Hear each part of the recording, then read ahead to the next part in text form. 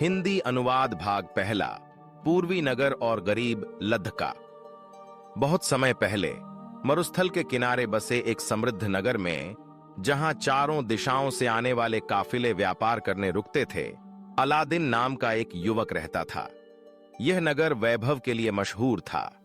केंद्रीय बाजार हमेशा भिद्द भद्दा रहता, जहां फारसी रेशम, भारतीय मसाले, अफ्रीका के हाथी दांत और दूर पश्चिम से आए सोना चांदी के बट्टे चमकते दिखते।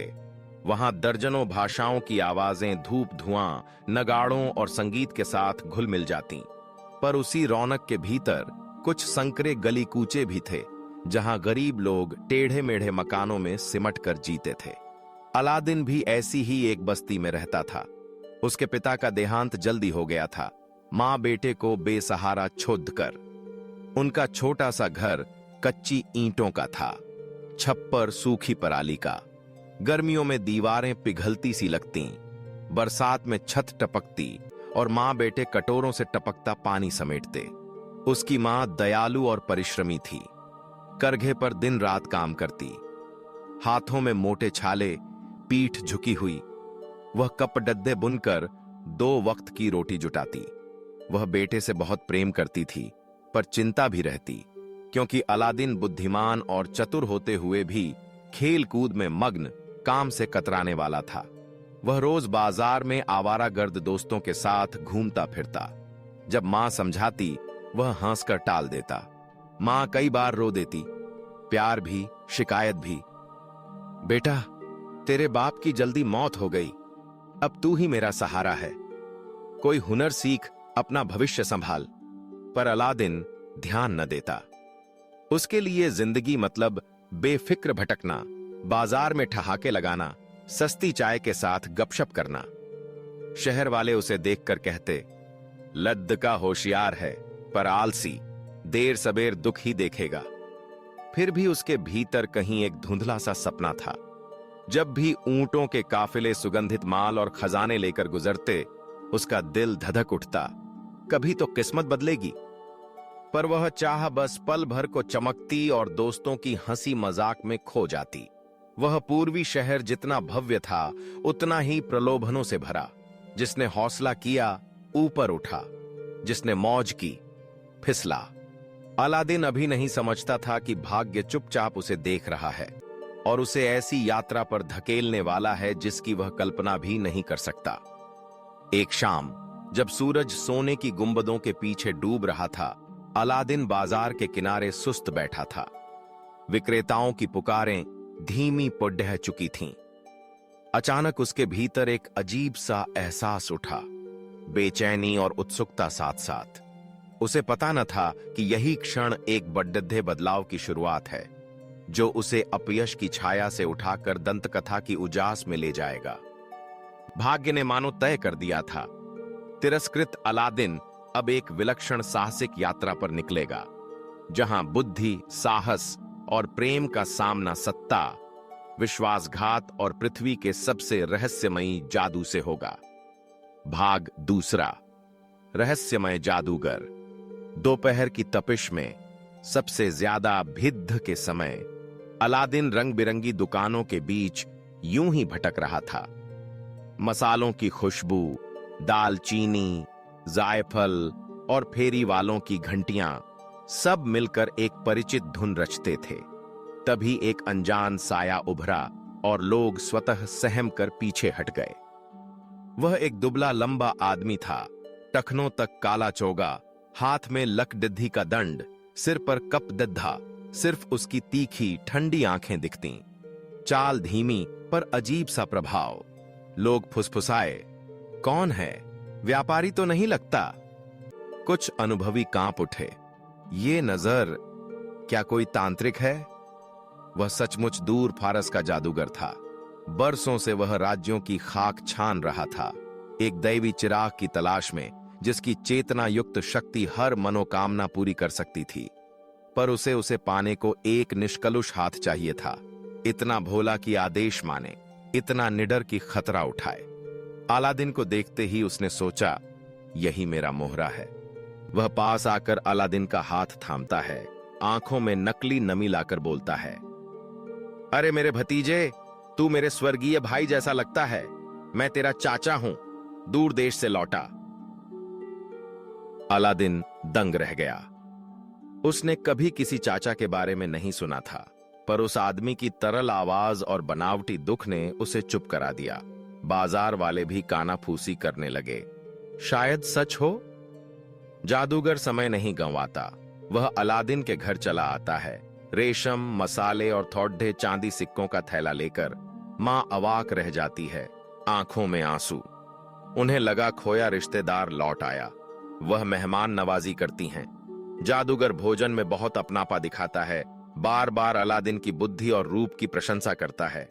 बस गरीबी ने प्रतिभा दबा दी है, ये कहकर मां के मन में आस जगती है। अगर सच में ऐसा चाचा है तो बेटे की किस्मत बदल जाएगी। जादूगर वादा करता है, आज से अलादीन मेरा सगा बेटा है। मैं उसे हुनर सिखाऊंगा, उसे गरीबी से निकाल दूंगा। अलादीन का दिल उछल पुड्डा दहता है। वह पहले ही इस नीरस जीवन से ऊब चुका था। अब अगर कोई हुनर सिखाने ले चले, कौन मना करे। शंका बाकी थी, पर उत्साह भारी पड़ीढ़ा। अगली सुबह जादूगर घोड़े और ऊंटों पर सामान लादकर पहुंचा। उसने कहा, शहर से बाहर कला सीखने चलना होगा। मां घबराई। रास्ता दूर है, मेरा बेटा सह पाएगा? जादूगर ने ढांढस बंधाया। निश्चिंत रहिए, अब इसे सुख मिलेगा, आवारागर्दी नहीं। और यूं अलादीन अपनी भोलापन और असावधानी में उसके साथ चल पड़ा। वे धूल भरी राहों और सूने मैदानों से होते हुए दूर निकल गए। सामने ठंडे धूसर पत्थरों की पहाड़ियां थीं। हवा जैसे किसी अजीब नियति का स्वागत कर रही हो। अलादीन को कहां पता था, ये विद्या अध्ययन नहीं, एक कुटिल योजना की भूमिका है, जो उसे उस रहस्यमयी चिराग के और नजदीक ले जाएगी। भाग तीसरा, भूमिगत गुप्त द्वार विस्तार। जब वे संकरे दर्रे में पहुंचे, ऊपर दुनिया जैसे कट गई। जादूगर ने दो चट्टानों के बीच दंड रखकर सपाट पत्थरों से एक छोटा यज्ञ वेदी सा बनाया। सूखी पत्तियां जोत दी और किसी अनजानी भाषा में मंत्र बुदबुदाने लगा। फुसफुसाहट कभी हवा जैसी, कभी लहर जैसी हुई और जमीन कांपने लगी। साथ ही लोग सहम कर पीछे सरके। अलादीन जद्दह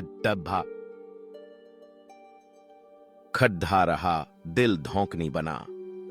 थोड़ी देर में धरती चिरकर एक विशाल पत्थर खिसका, जिस पर जंग लगा लोहे का छल्ला था, मानो कोई द्वार खुला हो। जादूगर ने बर्फ सी ठंडी आंखों से कहा, अलादीन, इस छल्ले को खींचो। नीचे प्राचीन खजाने हैं, असंख्य रत्न धन, पर वहां बिना श्राप के केवल तुम सा निष्कलुष जा सकता है। अलादीन झिझका। उसे मां की बातें याद आईं। फिर भी उसके भीतर की किस्मत बदलने की कसक जाग उठी। उसने छल्ले को पकड़िधा, धातु की सर्दी हथेली में उतर गई और जोर से खींचा। पत्थर चिरकता उठा और अंधेरी सर्पिल सीढ़ियां उतर आईं। जादूगर ने उसे एक कांस्य अंगूठी दी, जिस पर विचित्र अक्षर उकेरे थे। नीचे उतर जाओ, तुम्हें रत्नों के बाग दिखेंगे, पर कुछ मत छूना, सिवाय एक गंदे पुराने चिराग के। बस वही लाना, समझे? अलादीन ने कांपती आवाज में पूछा, केवल पुराना चिराग? जब वहां अपार धन है, आप सब क्यों नहीं लेते? जादूगर की आंखें सख्त हो गईं। बहुत पूछो मत, जैसा कहा है वैसा करो, वरना यहीं मरोगे। अलादीन सीढ़ियों पर उतरा। नीचे हवा उतनी भारी न थी, हल्की शीतलता थी, मिट्टी की सोंधी गंध। अंधेरा उन चमकीले पत्थरों से छिड़ता जो स्वयं प्रकाश छोड़ते थे। राह पर शीशे के टुकड़े जद्दे थे जो अजीब अजीब आकृतियां परावर्तित करते। कहीं टपकते पानी की टुनटुन, मानो किसी और लोक की तान। वह भीतर बढ़ता गया। कहीं पेड़ पौधे थे जिनकी पत्तियां फूल नहीं, बल्कि तारों से जगमगाते रत्न थे। डालियों से लटके माणिक के गुच्छे, पन्ना की हरियाली का धुंधलका हीरे जैसे सितारे, नीले लाल पत्थरों की बिछी पगडंडी। आखिर वह एक कक्ष में पहुंचा, सरल निस्तेज। बीच में एक पत्थर की मेज पर धूल और मकदीधी जाल से ढका एक पुराना कांस्य चिराग।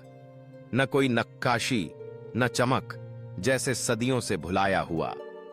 अलादीन ने उसे उठाया। वह अनुमान से भारी था, जैसे भीतर कुछ छिपा हो। उसे लगा कहीं दूर कोई आह भटकी और थम गई। वह चिराग लेकर लौटने लगा। ऊपर से जादूगर की पुकार आई, जल्दी चिराग ऊपर दो। अलादीन के मन में संशय कौंधा। पूरे समय वह बस इसी चिराग की रट लगाता रहा। क्या वह सचमुच चाचा है? उसकी आंखें किसी भूखे दरिंदे की सी थीं। अलादीन ने चिराग छाती से चिपका लिया। पहले मुझे ऊपर खींच लीजिए, फिर चिराग ले लीजिए। जादूगर का चेहरा पल में बदल गया। मिठास उतर गई, क्रोध और क्रूरता उभर आई। मूर्ख, मेरी अवज्ञा। उसने मंत्र फूंका, हवा घूमी, धरती हिली और विशाल पत्थर फिसलकर मुंह बंद कर गया। धद्धाम! अंधेरा चाट गया। अलादीन चीखा, पत्थर पीटा, खून छलका, पर ऊपर सन्नाटा था। जादूगर मुद्द कर चला गया, उसे अंधेरे में मरने के लिए छोड़ कर। अब वहां बस अलादीन और उसके हाथ का गंदा चिराग था, और उसी क्षण से उसकी किस्मत उस चिराग से बंध गई। भाग चौथा, अद्भुत उद्यान। संक्षेप में मूल कथानक के अनुसार ऊपर वर्णित भूमिगत उद्यान, रत्नफल, चिराग तक पहुंचना और वापस लौटने की कगार पर जादूगर का विश्वासघात विस्तृत हो चुका है, अतः कथा प्रवाह बनाए रखते हैं। भाग पांचवा, अंगूठी का देव आत्मा। घोर अंधेरे में अलादीन बैठ गया। दिल टूटा हुआ, चीख पुकार करके स्वर बैठ गए। पत्थर पीट पीट कर हथेलियां लहूलुहान। अनजाने में उसने जादूगर दी हुई अंगूठी घुमाई। तभी उससे नीली धुआं लहरें निकलकर एक छोटा सा देव आकृति बनी। आंखें सितारों सी, स्वर हवा सा। मेरे स्वामी, आज्ञा दें। मैं इस अंगूठी का बंधा आत्मा हूं, जो सामर्थ्य में है करूंगा। अलादीन हड्डबड्ढाया, मुझे यहां से निकालो, बचा लो। देवात्मा ने हाथ उठाया। धरती कांपी, प्रकाश की लहर दौड़ी और पल में अलादीन दर्रे के बाहर धूप में आखड्डा हुआ। उसने आकाश देखा, गहरा श्वास लिया और रो पड़ा, जीवित होने की खुशी में। फिर जादूगर की कुटिलता याद आई। झूठा चाचा, धोखा और हत्या का प्रयत्न। उसने मुट्ठी बांधी। एक दिन मैं उसका हिसाब लूंगा। देव आत्मा बोला, मेरी शक्ति सीमित है। मैं संकट में बचा सकता हूं, पर धन या भाग्य नहीं दे सकता। असली कुंजी उस चिराग में है। अलादीन ने हाथ के गंदे, जंग लगे चिराग को देखा। साधारण सा दिखता, पर रहस्यपूर्ण। वह घर लौटने का निश्चय कर मां को सब कहेगा और समझेगा कि यह चिराग क्या है। देव आत्मा मुस्कुराया और धुएं में घुल गया। भाग छठा, चिराग और महादेव। घर पहुंचते ही मां ने उसे कसकर भींच लिया। आंसू, उलाहना, राहत। अलादीन ने सारी कहानी सुनाई। मां ने चिराग देखा, उसे कोई महत्व न लगा। बोली, इतना जोखिम और बदले में ये बेकार सी वस्तु? बेटा, हमें बस तेरी सलामती चाहिए। कुछ दिनों बाद अलादीन ने सोचा, अगर किसी काम का नहीं, बेच दें। उसने कपड़े से चिराग रगड़ा, धूल जाला हटाने को। तभी चिराग कांपा, गर्जना सी धुन, और उसके मुंह से काला भारी धुआं उठकर बवंडर बन गया। धुएं से एक विराट देव प्रकट हुआ। सुनहरा मुकुट, लाल चौगा, आंखें शोले। उसकी आवाज गडढड़ाई, मैं इस चिराग का देव हूं, अब तुम मेरे स्वामी हो। कहो, क्या चाहिए? अलादीन कांप उठा, घुटनों पर गिरकर बोला, हमें भोजन, एक छत, इतना कि मां बेटे की गरीबी मिट जाए। देव ने भुजा हिलाई। क्षण भर में टूटा फूटा घर भोजन पकवानों, मुलायम गलीचों और रेशमी पर्दों से भर उठा। मां स्तब्ध, आंखों में विस्मय। इसके बाद मां बेटे का जीवन बदल गया। नया मकान, भरा पूरा भोजन, पड़ी होश वाले हैरत में। वो विधवा और उसका निकम्मा बेटा अचानक अमीर कैसे? किसी को न पता कि चिराग का देव सब कर रहा है। धीरे धीरे अलादीन भी बदला। अब वह मां का ख्याल रखने लगा, जीवन सधे ढंग से जीने लगा। उसे समझ आया, दौलत किस्मत से आ सकती है, पर उसे टिकाऊ बनाती है समझदारी और करुणा। जब भी जरूरत पड़ी दहती, वह चिराग रगड़ दहता और देव उपस्थित, अनाज से लेकर गहने महल तक। मां समझाती, शक्ति का प्रयोग भलाई में करना, लोभ से बचना। अलादीन ने यह बात मन में उतार ली। भाग 7वां, राजकुमारी से प्रेम। एक त्योहार के दिन बाजार सज धज से भरा था। अचानक उद्घोष हुआ, राजकुमारी बदरुल बदौर चली आ रही हैं। लोग फूल बिखेर कर झुक गए। सोने सी पालकी में राजकुमारी प्रकट हुईं, मानो चांद का टुकड़ा। उनकी आंखें झील सी, त्वचा मोती सी, काले केस रेशम से। अलादीन ठिठक गया। उसके मन ने कहा, दुनिया से टकराना पड़े तब भी मैं इन्हें वरण करूंगा। वह रात दिन उपाय सोचने लगा। जानता था कभी का बाजार लद्द का राजकीय दामाद कैसे बने, पर अब उसके पास विश्वास भी था और चिराग भी। उसने चिराग का देव बुलाया। मुझे राजकुमारी का हाथ चाहिए, मैं उसे जीवन का सर्वश्रेष्ठ दूंगा।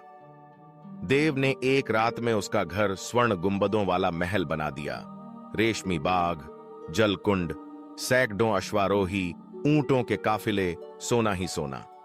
सुबह जब अलादीन ने यह वरदान और ऐश्वर्य लेकर राजमहल में वरण उपहार प्रस्तुत किए, राजा दंग रह गए। ऐसा वैभव किसी सम्राट ने भी न देखा था।